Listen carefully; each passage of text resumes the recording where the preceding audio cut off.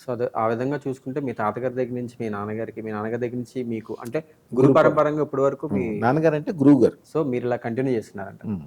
సరే ఎలా సాధ్యమైంది సార్? అంటే ఇప్పుడు ఒక వ్యక్తి పేరు మనం మన భారతదేశంలో చెప్తే గుర్తుపట్టడం వేరు గాని, మన పాశ్చాత్య దేశాలైనటువంటి యూఎస్, యూకేలో గూడా మీ పేరు చెప్పిన వెంటనే టక్‌మని గుర్తుపడుతున్నారు. మిమ్మల్ని అక్కడికి రావాలని, మీకక్కడ ఉండాలని జెప్పి అంటున్నారు.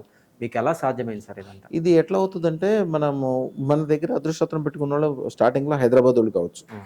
మా తాతగారు దగ్గర పెట్టుకున్నోళ్ళు గుంటూరోళ్ళో, గుజరాతోళ్ళో, నోయిడా వాళ్ళో ఉండొచ్చు. పెట్టుకున్నప్పుడు సామాన్యమైన మనుషులు. పెట్టుకున్న తర్వాత ద బెస్ట్ ప్లేస్‌లోకెళ్ళిపోతారు ఆటోమేటిక్‌గా.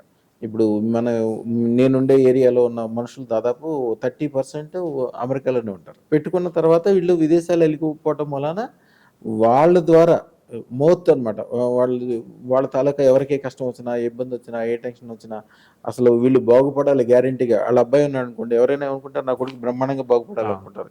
ఆళ్ళకి 2, 3 ఆలోచనలేముండవు. టక్‌మని తీసుకొచ్చి అదృష్టం పెట్టిచ్చేస్తారు. అదే. ఒక అమ్మాయికి పెళ్ళవుతుందనుకోండి, కొన్ని ఏరియాల్లో పెళ్ళిళ్ళకి తాళిబొట్టు లేకపోయినా పర్వాలేదు, అదృష్టతను పెట్టాలని శాస్త్రం. హ్మ్.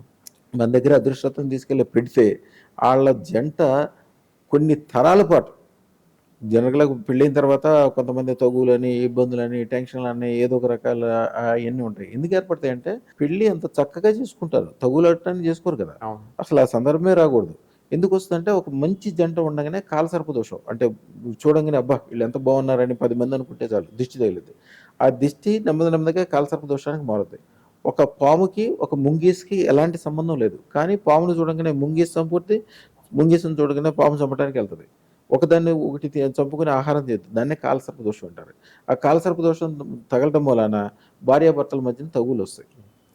తగువులొస్తే అయి పెద్దయవుతాయి, వ్యవహారం అవుతది. ఎప్పుడైతే అదృష్టరత్నం ఉంటదో వాళ్ళకి, వాళ్ళ చుట్టుపక్కల ఉన్నోళ్ళకి, అత్తమామలకి, రాబోయే సంతానానికి, వాళ్ళకి సంబంధించిన ఎవరికి గూడా కాలసర్ప దోషం ఉండదు. పైగా అమృతతత్వం. ఇందాక చెప్పాను చూసారా అక్షయ అవును. సిద్ధి అని.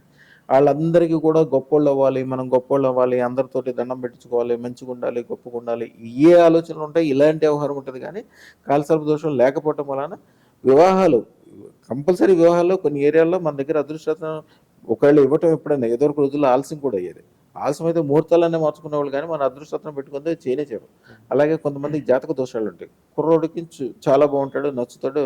లేతే అమ్మాయి చాలా బాగా నచ్చుద్ది. ఆస్తులు, వ్యవహారము, అందము, చందము అన్నీ నచ్చుతాయి. కానీ ఆళ్ళకి కుజుదోషం ఉంటది. కుజుదోషం అనేది కుజుదోషము మామూలుగా మేమసలు కుజుదోషాన్ని లెక్కేయం. 8లో కుజుడుంటే మాత్రం అది కంపల్సరీ లెక్కేయాలి. 7లో కుజుడున్నా ఏం గాదు. మహా అయితే తన్నుకుంటారు, పోట్లాడుకుంటారు ఏం గాదు. 8లో కుజుడుంటే ప్రాణానికే ప్రమాదము. ఇంట్లో ఇల్లు మొత్తం గానీ, ఇంట్లో భార్యాభర్తలు ఒకళ్ళు గానీ గ్యారంటీగా ప్రాణం విడవటం లాంటిది అయిపోతది. అవును. అది అది నిరూపణ అనమాట. మీరెవరైనా కూడా 30 సంవత్సరాలు, 35 సంవత్సరాల వయసులో భార్యాభర్తలు కాకుండా ఒకళ్ళే వచ్చారనుకోండి. వస్తే గ్యారంటీగా మనం జాతక చక్రం కూడా చూడక్కర్లా. ఆళ్ళకి 8లో కుజుడు ఉన్నాడని కుజుడు. లెక్కొస్తది. సింపుల్ అది.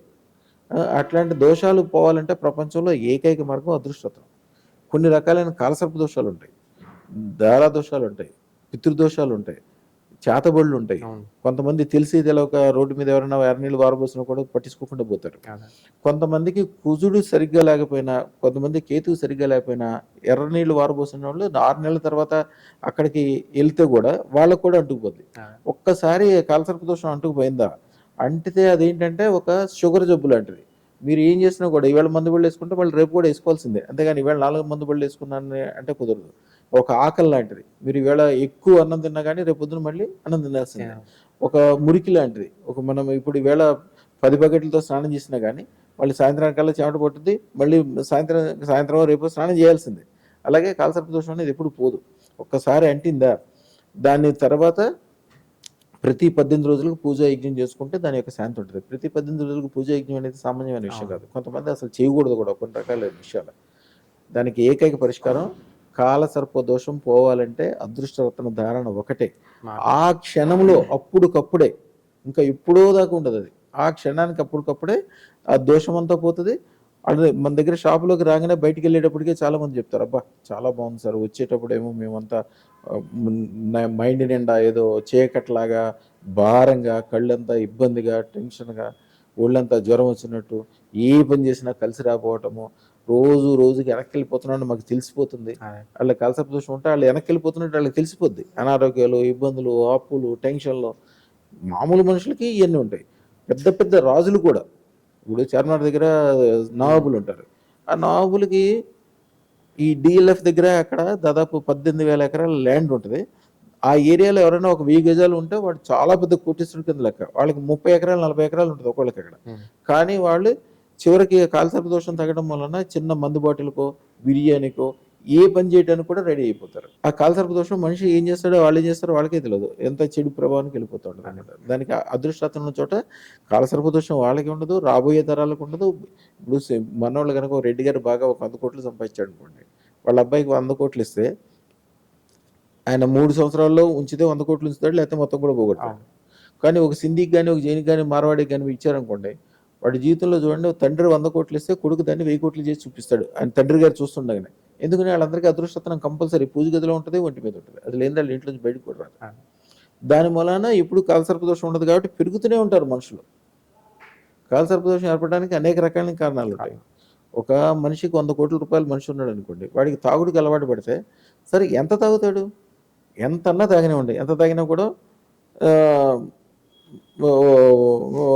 సంవత్సరానికి ఒక మహా అయితే 5 లక్షలు, 10 లక్షలు, 20 లక్షలు అవుతుంది. 100 కోట్లు కరగాలంటే ఎంత టైం పట్టుద్ది? కానీ వీడి సంవత్సరంలోనే మొత్తం బేకార్ అయిపోతుంది. కాలసర్ప దోషం అంటే ఏంటంటే అంత డ్రాస్టిక్ గా మనిషిని తీసుకెళ్ళిపోతుంది కిందకి. అలాగే అదృష్టం ఉన్న చోట అట్లాగే పైకి వెళ్ళటం అట్లా వెళ్ళిపోతారు అనమాట. అంత చిన్న మనుషులు ఎంత గొప్ప వాళ్ళు ఎట్లా అయ్యారంటే అయిపోతారు అంతే.